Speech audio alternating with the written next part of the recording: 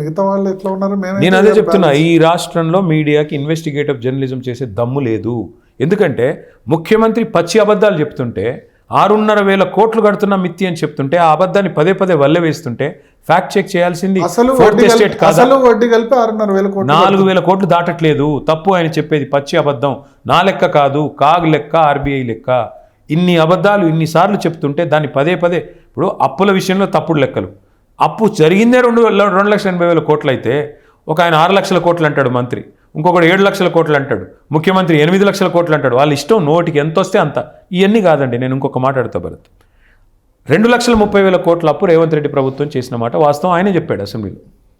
ఏం చేశారు? 2,30,000 కోట్ల అప్పు చేసి తులం బంగారం ఇచ్చావా? 4,000 పెన్షన్ ఇచ్చావా? నెలకు 2,500 రూపాయలు మహిళలకు ఇస్తారన్నావు, అది ఇచ్చావా? స్కూటీలు ఇచ్చావా? ఎవరికి ఏం చేశావు? పోనీ ఫీజు రీయింబర్స్మెంట్ బకాయిలు 10,000 కోట్లు ఉన్నాయి, అవి కట్టావా? ఆరోగ్యశ్రీ అరియర్స్ ఉన్నాయి, అవి కట్టావా? ఇవన్నీ మీ టైంలోనే ఉన్నాయి కదా. ఫీజు రీయింబర్స్మెంట్, ఆరోగ్యశ్రీ బకాయిలు 2-3 సంవత్సరాల పెండింగ్ అనేది మీ టైంలో కూడా ఉంది కదా. నేను ఏం చెప్పాలి మీకు? ఇదే బాధ మీతో జర్నలిస్టులతో. మీకు ఏమంటే మీరు కనీసం ఈ విషయాలు స్టడీ చేయాలి కదా. పెండింగ్ మీద ఉంటుంది కదా. మేము ప్రభుత్వంలోకి వచ్చినాడు 3,200 కోట్ల ఫీజు రీయింబర్స్మెంట్ బకాయిలు ఉన్నాయి. అది కామన్, అది పెద్ద విషయం కాదు. ప్రభుత్వాలను ఆరినంత మాత్రాన జీరో అకౌంట్తో స్టార్ట్ అవ్వదు. ప్రభుత్వం అనేది కంటిన్యూస్ ప్రాసెస్ భరత్. సో నేను అధికారంలోకి వచ్చాను కాబట్టి నేను జీరో నుంచి స్టార్ట్ అవుతానంటే అది ఆస్తులు ఉన్నాయి, అప్పులు ఉన్నాయి. ఎగ్జాక్ట్లీ. సంపద వస్తుంది, అప్పులు కూడా వస్తాయి. వచ్చినప్పుడు మాకు 80,000 కోట్ల అప్పుతో, అందులో దాదాపు 3,000 కోట్ల ఫీజు రీయింబర్స్మెంట్ బకాయిలతో మాకు ప్రభుత్వాన్ని కాంగ్రెస్ అప్పచెప్పింది. మేమేం చేసాం? 10 ఏళ్లలో 20,000 కోట్ల ఫీజు రీయింబర్స్మెంట్ మేము కట్టాం. మరి మేము దిగిపోయిన తర్వాత కొంత బకాయి ఉంటే ఉండొచ్చు, అట్లని చెప్పేసి నేను ఇవ్వను, అది కేసీఆర్ గారు చేశారు, ఆయన అడుగుతాం. కట్టకపోతే 10,000 కాదు 20,000 కోట్లు అవుతుంది. మేము 10 ఏళ్లలో 20,000 కోట్లు కట్టాము ఫీజు రీయింబర్స్మెంట్కి. నువ్వు 2 ఏళ్ళు ఎంత కట్టావు? ₹2 కట్టలేదు. ఎవరిని దానికి బాధ్యత చేస్తావు? నేనేమంటానంటే, ఏది చేయకుండా 2 ఏళ్ళు టైంపాస్ చేసి ఒక రోడ్డు కట్టకుండా, ఒక బ్రిడ్జ్ చేయకుండా, ఒక ఇల్లు కట్టకుండా, హైదరాబాద్లో కనీసం ఒక మోరీ కట్టకుండా, 6 గ్యారంటీలు అమలు చేయకుండా ఈ 2,30,000 కోట్లు ఎక్కడ పోయినాయి అంటారు? మీరు చెప్పండి నాకు. రాహుల్ గాంధీకి మూటలు పంపడానికి ఏమో డబ్బులు ఉంటాయి నెల నెల. మహారాష్ట్రలో, హర్యానాలో, బీహార్లో ఎక్కడ ఎలక్షన్ జరిగితే అక్కడ కాంగ్రెస్ పార్టీకి 100,000 కోట్లు పంపడానికి డబ్బులు ఉంటాయి, కానీ పేదలకు ఇవ్వడానికి డబ్బులు లేవా? మీరు ఇవాళ గమనించండి, హైదరాబాద్లో హైడ్రా పేరిట అరాచకాలు చేస్తూ, బిల్డర్ల దగ్గర వసూలు చేస్తూ, ఆర్ఆర్ ట్యాక్స్ అని చెప్పి ఒక్కొక్క స్క్వేర్ ఫీట్కి ₹150 వసూలు చేస్తూ ఎక్కడ పోతున్నాయి ఈ డబ్బులు? హైడ్రాలో మీకు అసలు మంచిగా కనబడలేదా? ఉంది, ఎందుకు లేదు? బతుకమ్మ కుంటను బాగా చేసి చూపించారు. కన్వెన్షన్ దగ్గర డెవలప్ చేస్తారు. కామెడీ ఏంటంటే, తర్వాత ప్రభుత్వ భూమి దాదాపు 5,000 కోట్ల రూపాయల వర్త్ ప్రభుత్వ భూమిని రక్షించాం. ఏది గాంధీ గారు ఎమ్మెల్యే గాంధీ గారికి ఏది దగ్గరుండి హైడ్రా ఫెన్సింగ్ పెట్టించింది ఆ భూమి? మీరు చెప్పేది ఏ భూమి? గాజుల రామారంలో 11 ఎకరాల భూమి ఎమ్మెల్యే గాంధీ గారు పార్టీ మారినందుకు నజరానాగా ఇచ్చి ఆ భూమికి కంచె దగ్గరుండి హైడ్రా కమిషనర్, హైడ్రా సిబ్బంది చేసిన భూమి గురించి ఏది చెప్తున్నారు మీరు కాపాడింది? నేను ఒకటే చెప్తున్నా భరత్. డిప్యూటీ సీఎం బట్టి విక్రమార్క 5 స్టార్ హోటల్లో ప్రెస్ మీట్ పెట్టి చెప్పాడు, ఇగో ఈ 20 ప్రాజెక్టుల్లో వీటిలన్నింటిలో కూడా చెరువుల్లో ఉన్నాయని చెప్పాడు. ఒక్క ప్రాజెక్టు కూలగొట్టిందా ప్రభుత్వం? మూసీకి అడ్డంగా మొన్న నీళ్ళు వదిలితే మూసీలో 2-3 ప్రాజెక్టులకు మొత్తం నీళ్ళు వచ్చినాయి. ఆ ప్రాజెక్టు ముట్టే ధైర్యం ఉందా ముఖ్యమంత్రికి, హైడ్రాకి? పొంగులేటి శ్రీనివాసరెడ్డి రాజప్రసాదం మొత్తం చెరువును పూడ్చి కట్టారు. నేను మొన్న మీకు శాటిలైట్ ఇమేజ్తో సహా చూపెట్టాను. దమ్ముందా హైడ్రాకి అక్కడ పోయేది? పట్నం మహేందర్ రెడ్డి ఇల్లు చెరువు మధ్యలో ఉంది, కూలగొట్టే ధైర్యం ఉంది? పల్లరాజు కూలగొట్టేమని చెప్తున్నారు. కేంద్ర మంత్రి పల్లరాజు వీళ్ళందరూ మనుషులు కాదా? వీళ్ళందరూ ఉన్నమాట వాస్తవాలు కాదా? మళ్ళీ చెప్తున్నా, మీకు నిజంగా చిత్తశుద్ధి ఉంటే హైడ్రాకి పెద్ద పెద్ద మంత్రులు డాక్టర్ వివేక్, నేను మొత్తం చెప్పాను, డాక్టర్ వివేక్, పొంగులేటి శ్రీనివాసరెడ్డి, కేవీపీ రామచంద్రరావు, పట్నం మహేందర్ రెడ్డి, గుత్తా సుఖేందర్ రెడ్డి కూలగొట్టు ముందు వీళ్ళందరి ప్రభుత్వంలో బాధ్యులు కదా మీరు. ప్రజల సొమ్ము జీతంగా తీసుకుంటున్నారు కదా. కన్వెన్షన్ విషయంలో ఏం జరిగింది? మీరు అధికారంలోకి రాకముందు హైకోర్టు స్టే ఉంది, హైకోర్టును బేఖాతరు చేసి కూలగొట్టాడు ఈయన. హైకోర్టు స్టే ఉంది కాబట్టి మేము ఆగాం. ఇంకోటి, మీరు బతుకమ్మకుంటా అన్నారు, మేము 100 చెరువులు బాగు చేసాం. వీళ్ళలాగా డబ్బా కొట్టుకోలేదు చిల్లరగాళ్ళలాగా. 100 చెరువులు, దుర్గం చెరువు చూడండి, మల్కం చెరువు చూడండి, ఒకటి కాదు ఇట్లా చెప్పుకుంటూ పోతే ఖాజాగూడ చెరువు చూడండి, ఎన్ని చెరువులు బాగు చేసాం మేము. వీళ్ళలాగా డబ్బా కొట్టుకోలేదు, ఏదో గొప్ప పని చేసాం. రొటీన్గా బాధ్యతగా పనిచేసాం. హైడ్రా పేరిట ఇవాళ అరాచకం చేస్తుంది ఎవరు? డిప్యూటీ సీఎం 20 బిల్డర్ల పేర్లు చెప్పి ఒక్క బిల్డర్ ఇల్లు కూలగొట్టకపోవడానికి కారణం ఏంటి? ఏం సంబంధం ఏం లావాదేవీలు జరిగినాయి? ఏం డబ్బులు తీసుకున్నారు? మూసీకి అడ్డంగా కడుతున్న ప్రాజెక్టులకు అండగా నిలబడుతున్నది ఎవరు? చెప్పండి ఇవన్నీ. అంటే పేదవాడేమో తేరగా దొరికాడు, వాడి ఇల్లేమో కూలగొడతావు. పెద్ద పెద్ద వాళ్ళు ఎందుకు కూలగొట్టడానికి ధైర్యం చాలట్లేదు నీకు? హైడ్రా వల్ల న్యాయం జరిగింది. ఎవరికి న్యాయం జరిగింది? హైడ్రా వల్ల న్యాయం జరిగింది అనుముల కుటుంబానికి, డిప్యూటీ సీఎంకి. బ్రహ్మాండంగా దోపిడీ చేసి ఇవాళ కాంగ్రెస్ పార్టీకి ఫండింగ్ పంపుతున్నారు. ఎవరికి లాభం జరిగిందండి? హైదరాబాద్లో అరాచకం చేస్తూ ఇవాళ రియల్ ఎస్టేట్ కుప్పగోల్పోవడం కారణం ఎవరండి?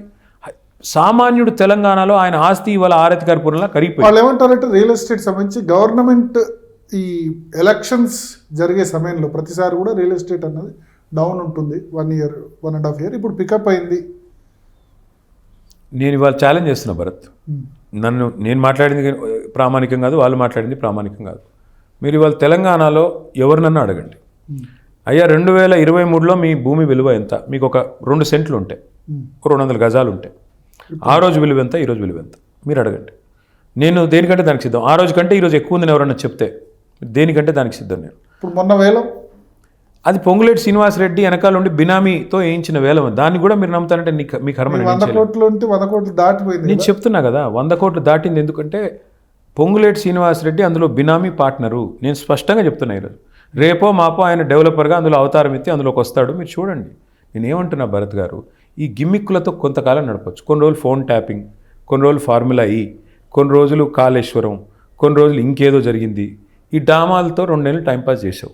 ఇవాళ జూబ్లీహిల్స్లో ఎందుకు ఆపసోపాలు పడుతున్నాడు ముఖ్యమంత్రి? నిజంగానే 2 ఏళ్ళు అద్భుతమైన పరిపాలన అందించింటే, నిజంగానే 6 గ్యారెంటీలతో ప్రజలు సుఖ సంతోషాలతో ఉంటే, మీరు అన్నట్టు రియల్ ఎస్టేట్ కూడా 177 కోట్ల కాడికి వెళ్ళిపోతే ఎందుకు ముఖ్యమంత్రి ఆపసోపాలు పడుతున్నాడు? ఎందుకు మంత్రులు గల్లీలలో బ్యాగులు పట్టుకుని తిరుగుతున్నారు? చెప్పండి. కానీ మీరు అంటారు ప్రభుత్వ అధికార దుర్వినియోగం అంటారు. హుజరాబాద్ మునుగోడులో మీరు కూడా ఇదే చేశారు కదా, మీ మంత్రులు మీ ఎమ్మెల్యేలు 105 మంత్రులు హుజరాబాద్లో ఓడిపోయి ఉండొచ్చు, మునుగోడులో గెలిచారు. Mixed result. కాదు మంత్రులు తిరగడాన్ని అధికార దుర్వినియోగం అనట్లేదు. ఏ మంత్రి అయినా ముందు కార్యకర్త నేను ఒప్పుకుంటాను. కానీ ఇవాళ కొల్లూరులో డబుల్ బెడ్రూమ్లు కేసీఆర్ గారి గవర్నమెంట్లో మొత్తం హైదరాబాద్లో 1,00,000 డబుల్ బెడ్రూమ్లు కట్టాం. అందులో కొంతమంది జూబ్లీహిల్స్ ఓటర్లు కొల్లూరులో ఉన్నారు. నిన్న మొన్న మంత్రులు వెళ్ళి అక్కడ శిలాఫలకాలు వేసి అక్కడ వాళ్ళని ప్రసన్నం చేసుకోవడానికి పడుతున్న తంటాలు. నిన్న డాక్టర్ వివేక్ గారు మంత్రి గారు, ఏది లేబర్ అండ్ ఎంప్లాయ్మెంట్ మినిస్టర్ గారు, గిగ్ వర్కర్లకు నేను బోర్డు ఏర్పాటు చేస్తానని అనౌన్స్ చేయడం, ఇవన్నీ చూస్తుంటే ఇది ఖచ్చితంగా అధికార దుర్వినియోగం. అంటే మిగతా విషయాలు వేరు.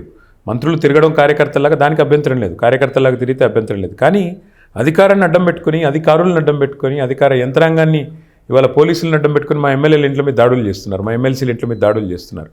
ఒక్క కాంగ్రెస్ నాయకుడి ఇంటి మీద ఎందుకు దాడి జరగట్లేదు? ఎలక్షన్ కమిషన్ ఆధీనంలో ఉంటుంది ఎన్నిక. మరి ఒక్క కాంగ్రెస్ నాయకుడి ఇంటి మీద రైడ్ జరిగిందా? ఒక్క కాంగ్రెస్ నాయకుడి ఇంటిని సోదా చేశారా? అంటే ఈ రకంగా కేవలం ఏకపక్షంగా అధికార యంత్రాంగం మొత్తం అధికారాన్ని అడ్డం పెట్టుకుని దుర్వినియోగం చేస్తుంటే దాని గురించి మాట్లాడుతున్నా. ఎన్నికలు సరే వస్తాయి పోతాయి, కానీ ఒక్క ఉప ఎన్నికల్లో ముఖ్యమంత్రి గారు ఇప్పటికి 8 సార్లు పర్యటించారు, పాదయాత్ర చేస్తున్నారు యూసుఫ్గూడలో. నేనైతే గతంలో మా ముఖ్యమంత్రిగా కేసీఆర్ గారు ఉన్నప్పుడు మేము కూడా ఎన్నికలు 10 ఎలక్షన్లు కొట్లాడాం. ఏనాడు కూడా కేసీఆర్ గారు 1 గంటకు మించి ఒక్క ఎన్నికల్లో ప్రచారం చేయలేదు. అసలు 2-3 ఎన్నికల్లో ప్రచారం చేయలేదు. అసలు హుజురాబాద్లో చేయలేదు, అండ్ అక్కడ కూడా రాలేదు, చేయలేదు. హుజురాబాద్లో దళిత బంధు అనే పథకం ఎన్నికలు డిక్లేర్ కాకంటే ముందు చేశారు. ఎన్నికలు ఇంకా అప్పటి డిక్లేర్ కూడా అవ్వలేదు. అది ఒక ప్రభుత్వ పథకం, ఒక పైలట్ ప్రాజెక్ట్గా చేశాం. మునుగోడు కాదు, మన దుబ్బాకలో ప్రచారానికి కూడా రాలేదు కేసీఆర్ గారు, హుజురాబాద్లో రాలేదు. సో నేనేమంటానంటే అల్టిమేట్గా ఇవన్నీ కూడా ప్రభుత్వం యొక్క భయానికి, ఆందోళనకి, ప్రభుత్వం ప్రజల్లో ఎంత పలుచనైపోయింది అని చెప్పడానికి ఇవన్నీ ప్రతీకలుగా నేను భావిస్తాను. ఓకే. సో ఇప్పుడు మీరు అన్నారు మీ పార్టీ నేతలకు సంబంధించి వాళ్ళ మర్రి జనార్దన్ రెడ్డి, ఇంకో తక్కలపల్లి రవీంద్రరావు ఇంటి మీద వాళ్ళు దాడులు చేశారు. సో డబ్బులు లేకపోతే ఇబ్బంది ఏంటి?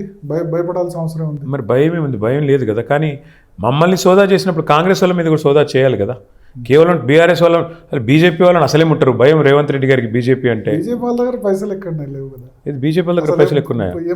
మొత్తం భారతదేశంలో ఇవాళ అత్యధిక ఎన్నికల నిధులు సమకూర్చుకున్న పార్టీ భారతదేశంలో కాదు ప్రపంచంలోనే అత్యంత ధనిక పార్టీ ఎవరు అంటే బీజేపీ అని అందరికీ తెలుసు. దాదాపు 16,000 కోట్ల రూపాయలు ఎలక్ట్రల్ బాండ్స్ రూపంలో సేకరించిన పార్టీ అది. వాళ్ళ దగ్గర డబ్బులు ఎప్పుడు? మేము థర్డ్ ప్లేస్లో లేము. మేము థర్డ్ ప్లేస్లో ఉన్నామని పక్కన పెడితే బీజేపీ దగ్గర డబ్బులు లేవని మీరంటే మిమ్మల్ని కరెక్ట్ చేస్తున్నాను నేను. ఒకటి. రెండవది, బీజేపీ నాయకుల మీద సోదాలు ఉండవు, కాంగ్రెస్ నాయకుల మీద సోదాలు ఉండవు. ఛోటేబాయ్ బడేబాయ్ మాత్రం బాగా కూడబలుక్కొని ప్రచారం చేస్తారు. ఇన్ని రోజులు పాపం పత్తా లేని బీజేపీ నాయకులు నిన్న మొన్న అర్జెంటుగా రంగంలో దిగి రేవంత్ రెడ్డి గారికి సహాయ మంత్రి గారు ఉన్నారు కదా, ఆయన దిగి ఆయన నిన్న మొన్నటి నుంచి విషయం చిమ్మడం స్టార్ట్ చేశారు. అందరికీ తెలుసు. ఆర్ఎస్ బ్రదర్స్ ఉన్నారు కదా, వాళ్ళు కూడా తెలియదా మీకు? మీరు చాలా అమాయకంగా బతికిస్తున్నారు భరత్ గారు.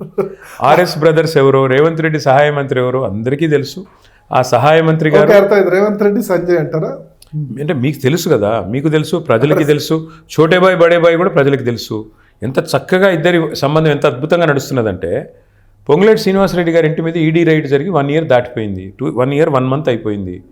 ఇప్పటి వరకు ఈడీ నోరు మెదపట్లేదు, మంత్రి గారు కూడా కనీసం నోరిప్పడానికి భయపడుతున్నారు. ఏం జరిగింది అంటే చెప్పరు. అదే నన్నేమో ఈడీ వాళ్ళు 9 గంటలు కూర్చోబెట్టి గ్రిల్ చేస్తారు. అందుకే నేను అనేది ఎంత చక్కటి ఎంత సుదృఢమైన బంధం చూడండి. దాంతోపాటు రేవంత్ రెడ్డి గారి బావమరిదికి మోడీ గారు కాంట్రాక్ట్ ఇస్తారు 1150 కోట్ల కాంట్రాక్టు. రేవంత్ రెడ్డి గారేమో సీఎం రమేష్ గారికి 1350 కోట్ల కాంట్రాక్ట్ ఇస్తారు. అంటే ఈ క్విడ్ ప్రోకో ఇచ్చిపుచ్చుకునే సంబంధం ఏదైతే ఉందో చాలా అద్భుతంగా జరుగుతుంది. కాంగ్రెస్ది బీజేపీది. వక్ఫ్ చట్టం కేంద్రం పాస్ చేసింది. పాస్ చేయంగానే ఆ రోజు పార్లమెంట్లో మేము వ్యతిరేకించాం, కాంగ్రెస్ కూడా వ్యతిరేకిస్తూ ఓటేసింది. కానీ మొట్టమొదటి ప్రభుత్వం భారతదేశంలో వక్ఫ్ చట్టం అక్కడ పాస్ అయిందో లేదో బడేబాయి దగ్గర మార్కులు కొట్టేయాలని జీవో తెచ్చిన మొట్టమొదటి ప్రభుత్వం భారతదేశంలో తెలంగాణ ప్రభుత్వం. సరే తర్వాత స్టే వచ్చింది సుప్రీంకోర్టులో, అది వేరే విషయం. ఇట్లా చెప్పుకుంటూ పోతే ఒక 100 ఉదంతాలు ఎంత చక్కగా రేవంత్ రెడ్డి గారు బడేబాయి గారు ఇద్దరు కలిసి పనిచేస్తున్నారు. ఇప్పుడు ఆర్ఆర్ ట్యాక్స్ అంటారు ప్రధానమంత్రి. ఆర్ఆర్ ట్యాక్స్ వసూలు అవుతుందని ప్రధానమంత్రి నోట్లోంచి వచ్చిన తర్వాత సంవత్సరంన్నర తర్వాత ఏం కార్యాచరణ ఉండదు, ఏం యాక్షన్ ఉండదు. అమిత్ షా వచ్చే ఏటీఎంగా మారిపోయింది అంటాడు తెలంగాణ. మరి దొంగలు పట్టుకోవాల్సింది హోంమంత్రే కదా. హోంమంత్రి ఆయన సహాయ మంత్రి రేవంత్ రెడ్డికి సహాయ మంత్రిగా మారిపోయిన తర్వాత ఇంక దొంగలు ఎక్కడ పట్టుకుంటారు? బండి సంజయ్ విషయానికి వద్దాం, మీరు ఆరోపణ చేస్తున్నారు కాబట్టి. బండి సంజయ్ ఏమంటారంటే నా సభలకేమో పర్మిషన్ ఇవ్వట్లేదు, కేటీఆర్ సభలకేమో పర్మిషన్ ఇస్తారు. రేవంత్ నగర్లో ఇవాళ సభకు పర్మిషన్ సభ పెట్టించిందే రేవంత్ రెడ్డి గారు. ఎవరో ఏముంది, సభ పెట్టిస్తుంది రేవంత్, డబ్బులు పంపింది రేవంత్ రెడ్డి గారు, సభ పెట్టించింది రేవంత్ రెడ్డి గారికి. దానికి ఆయన డ్రామా చేయదలుచుకుంటే చేయొచ్చు, నేనేం చెప్పలేదు. ఎందుకంటే బండి సంజయ్ ఎందుకు ఎంకరేజ్ చేస్తున్నారు రేవంత్ రెడ్డి? బండి సంజయ్ మీకు తెలియదు ఏముందండి ఇందులో. ఆయన వచ్చేదో అరుస్తాడు, గావు కేకలు పెడతాడు, పెడబొబ్బలు పెడతాడు. ఆయనకా పాపం మిగతా ఏం తెలియదు, ఒక బడి గురించి తెలియదు, ఒక గుడి కట్టే తెలివి లేదు. పోనీ ఇంకేదైనా మంచి పనులు చేస్తారా, 4 ఏమైనా ప్రజలకు ఉపయోగపడే పనులు, పెన్షన్ల గురించి మాట్లాడతారా, 6 గ్యారంటీల గురించి మాట్లాడతారా, సిటీ బస్ ఛార్జీలు పెంచారు ఎందుకని అడుగుతారా? ఇవేం ఉండవు. ఎలక్ట్రిసిటీ ఛార్జీలు ఎందుకు పెంచారు? ఇవేం ఉండవు. కేవలం వచ్చి మతం పేరు మీద విషం చిమ్మడం, మతం పేరు మీద ఒకసారి మళ్ళీ అందరినీ రెచ్చగొట్టి హిందూ ముస్లిం అని అర్ధగంట సేపు ఎవరికి అర్థం కాని భాషలో ఏదో మాట్లాడి వెళ్ళిపోతారు. వెళ్ళిపోయిన తర్వాత దాన్ని పట్టుకొని రేవంత్ రెడ్డి గారు మళ్ళీ ఏదో అంటారు.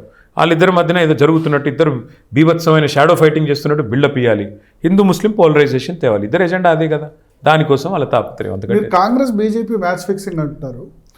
మ్యాచ్ ఫిక్సింగ్ అనట్లేదు నేను. కాంగ్రెస్ బీజేపీ కలిసి ఇక్కడ ప్రభుత్వాన్ని నడుపుతున్నాయి, రాష్ట్రంలో నడుస్తున్నది జాయింట్ వెంచర్ గవర్నమెంట్ అంటున్నా. జాయింట్ వెంచర్ అని నేను అనడానికి కూడా సహేతుకమైన కారణం ఉంది. రేవంత్ రెడ్డి గారి బావమరిదికి ఎలాంటి అర్హతలు లేవు ఆయన కంపెనీకి. కానీ కేంద్ర ప్రభుత్వ పథకం అమృత్లో రేవంత్ రెడ్డి గారి బావమరిదికి 1152 కోట్ల వర్క్ ఇచ్చింది కేంద్ర ప్రభుత్వం, నరేంద్ర మోడీ ప్రభుత్వం. సీఎం రమేష్ గారు బీజేపీ ఎంపీ, ఆయనకి 1350 కోట్ల కాంట్రాక్ట్ ఇస్తుంది కాంగ్రెస్ ప్రభుత్వం. ఎంత చక్కటి బంధం చూడండి, ఇద్దరు ఎంత చిక్కటి బంధం. అట్లాగే అదానీ గారు మంచివాడు కాదని రాహుల్ గాంధీ అంటాడు. రేవంత్ రెడ్డి గారు అదానీ గారికి ఎర్రతివాచి పరిచి స్వాగతం పలుకుతారు. సిబిఐ మోడీ గారి జేబు సంస్థ అని రాహుల్ గాంధీ గారు అంటారు. మరి మోడీ గారి జేబులోంచి సిబిఐని తీసి ఆ సిబిఐ కాళేశ్వరం కేసు రేవంత్ రెడ్డి అప్పు చెప్తారు. ఇట్లా 100 ఉన్నాయండి. కాళేశ్వరం కేసే 3 నెలలు అయింది, ఎందుకు యాక్షన్ తీసుకోవట్లేదు? ఎందుకు నేను అడుగుతాను రేవంత్, ఎందుకు ఇంతవరకు సిబిఐ కనీసం ఎఫ్ఐఆర్ కూడా దాఖలు చేయలేదని రేవంత్ రెడ్డి మొన్న అన్నారు. కదా దాదాపు 2 నెలలు అయింది కదా, 2 ఏళ్ళు అయింది కదా కేసు పెట్టి, 2 ఏళ్ళు అయింది కదా నువ్వు ఎంక్వైరీ చేసి పీసీ ఘోషను బట్టి ఇంకోని బట్టి ఇన్ని బట్టి. మరి నువ్వేం పీకేవు 2 ఏళ్ళు? 2 ఏళ్లలో నీ కేసులో విషయం ఉంటే నువ్వెందుకు పెట్టలేదు కేసు? రిపోర్ట్ వచ్చిన వెంటనే అసెంబ్లీలో టేబుల్ చేశారు. ఆ రిపోర్ట్లో ఏమైనా ఉంటే కదా, కొండనంతా తవ్వి ఎలకని కూడా పట్టలేదు ఆయన, కొండంతా తవ్వారు ఏమైనా దొరుకుతుందేమో అని. ఏం లేదని తేలిపోయింది. పాపం పెద్ద ఆయన ఘోష్ గారు కూడా అర్థమైంది. అనవసరంగా ఆయన ఇమేజ్ పాడవద్దు అనుకున్నారో ఏమనుకున్నారో ఏమీ చెప్పలేదు. అందులో ఏం చెప్పారు? ఫైనల్గా చిన్న తప్పులు ఏమైనా ఉంటే ఉండొచ్చు అని చెప్పారు తప్ప ముఖ్యమంత్రి గారు తప్పు చేశారనో, ఇరిగేషన్ మంత్రి తప్పు చేశారనో ఎక్కడ ఉందా రిపోర్ట్లో? నెంబర్ 1. నెంబర్ 2, ఏం చేయాలి రేవంత్ రెడ్డి ఆ మొహం మీద ఆ రిపోర్ట్ వచ్చి పడ్డ తర్వాత ఏం చేయాలో అర్థం కాలేదు. కొండంతా తవ్వి ఎలకను కూడా పట్టలేదు, ఏమీ చేయలేని పరిస్థితి. మరి ఏదైనా ఎంక్వైరీ చేద్దామంటే విషయం లేదని అర్థమైంది. విషయం లేదు కాబట్టి మన మొహం ఎక్కడ దాచిపెట్టుకోవాలి? సిబిఐ పెట్టమనండి కేసు, ఎవరు ఆపుతున్నారు?